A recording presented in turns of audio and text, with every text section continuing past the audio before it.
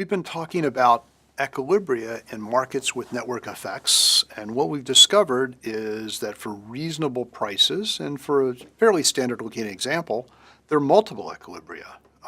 There's always an equilibrium in which everyone expects no one to buy the product, and in fact nobody does buy it, but they're typically equilibria involving low fractions buying the product and high fractions buying it.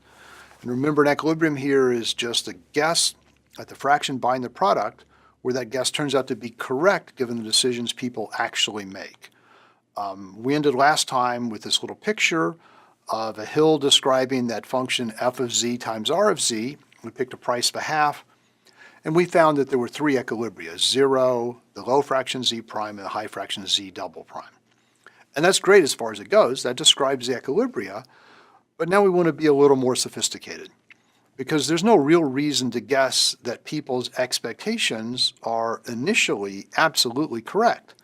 So you want to think about what happens in a market like this when people's guesses are initially wrong, as they might very well be for a new product. And we'll come back to this later and think about what it tells us about how you market a new product that has a network effect, something like, say, a social networking site.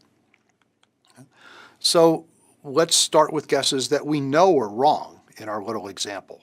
The equilibria is 0, z prime, and z double prime.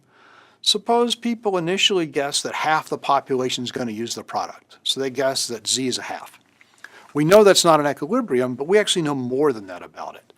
Look at the blue curve and look at the reservation price for the person who's actually at 1/2, the person with name 1/2 in our simple naming convention.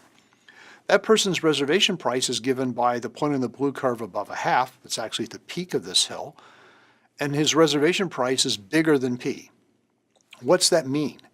That means that he would have been willing to pay well above P for this product if he thought that half the people were going to buy it. And notice it's also true for everyone whose name is close to a half. They were all willing to pay more than they had to pay for the product. Well, that means that actually more than half the people are going to buy the product, right?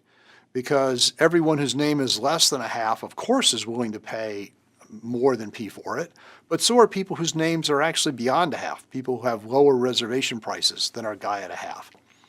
So the fraction buying the product is going to be more than 1/2 if people guess that half the population's buying it. What that means is the fraction buying the product is going to grow over time. Not only is 1/2 a bad guess, but in fact, if people guess a half, and then we look at what happens, we see that more than half the people buy the product. If people realize that, then the fraction just starts growing as they see more and more people buying the product. And of course, that wasn't true just at a half. With this blue curve, we can see exactly where it is true. Notice that for any guess that lies strictly between z prime and z double prime, the blue curve is above the price P. That means that for the critical person, they were willing to pay more than P for the product. So we're going to see more people buying the product than people expected if their expectations were anything strictly between z prime and z double prime. So for any guess z in that region, the fraction buying the product is going to grow. It's going to grow up towards z double prime. Let's look at what happens, though, if people guess some fraction z buying the product that's less than z prime. We know that z is not an equilibrium because it's not 0, z prime, or z double prime, but again, we know a lot more about it. At this point, the blue curve is below the price P. That means that that person, the critical guy right at z, when we look at his reservation price, it's less than P. He won't buy the product. It's not worth what it costs when he expects fraction z to buy the product. He won't buy it, and neither will anyone whose name is close to him. So the fraction buying the product actually has to be less than z, and it's going to decline over time. In fact, it's going to keep declining all the way down to 0. If people guess anything below z prime, then the fraction buying the product is going to be even less than what they guessed, and it's going to continue falling over time all the way down to 0. Now, what if we do the opposite case? Suppose people are really wildly optimistic and they guess initially the fraction buying the product is above z double prime, like this level of z in the picture. Well, again, at this point, the blue curve is below the price P. That means that the person at z here for this Z bigger than Z double prime, doesn't think the product is worth price P, even when they expect almost everyone to use it. Because this is someone whose innate reservation price is really very low. Remember, his name is close to 1.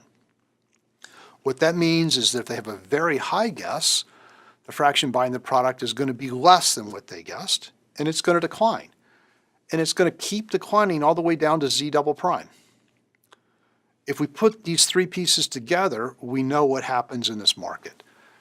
Any guess between Z prime and Z double prime, strictly between those two, is going to be wrong, but the fraction buying the product is going to be bigger than the guess, and it's going to grow up towards Z double prime. Any guess above Z double prime is wrong, but in this case, the fraction buying the product is going to be less than the guess, and it's going to fall towards Z double prime. And then remember, the other case is a guess less than Z prime, something closer to 0. That guess is also wrong, and again, the fraction buying the product is going to be even less than the guess, and it's going to fall towards 0. So we've now taken our three equilibria, 0, Z prime, and Z double prime, and we've sorted them out in terms of the dynamics into the ones that are stable and unstable.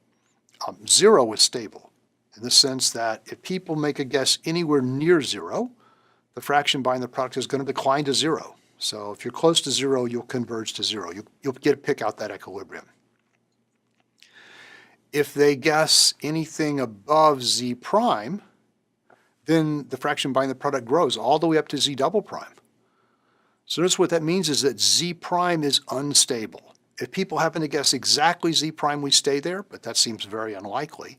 If they miss it a little bit, then if they guess a little less than Z prime, we decline to 0. Nobody using the product fails. If they're a little more optimistic than Z prime, we grow all the way up to the high fraction using the product Z double prime. Z double prime is stable, right? Any guess near Z double prime is going to have you converge towards Z double prime.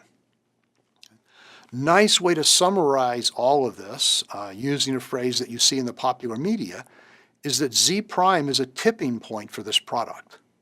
That is, imagine this is some new product that's been introduced.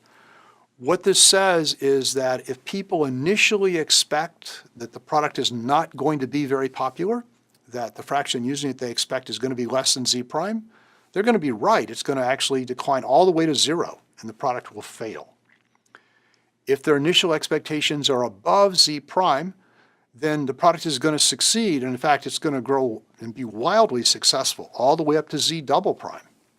So Z prime is kind of a tipping point in expectations. A tipping point in the sense that slightly below it, converges to 0, your product fails. Slightly above it, you succeed and you grow all the way up to the high level of usage Z double prime. Next time we're going to take this argument in mathematics and talk about how you use it in marketing a new product, like a social networking site.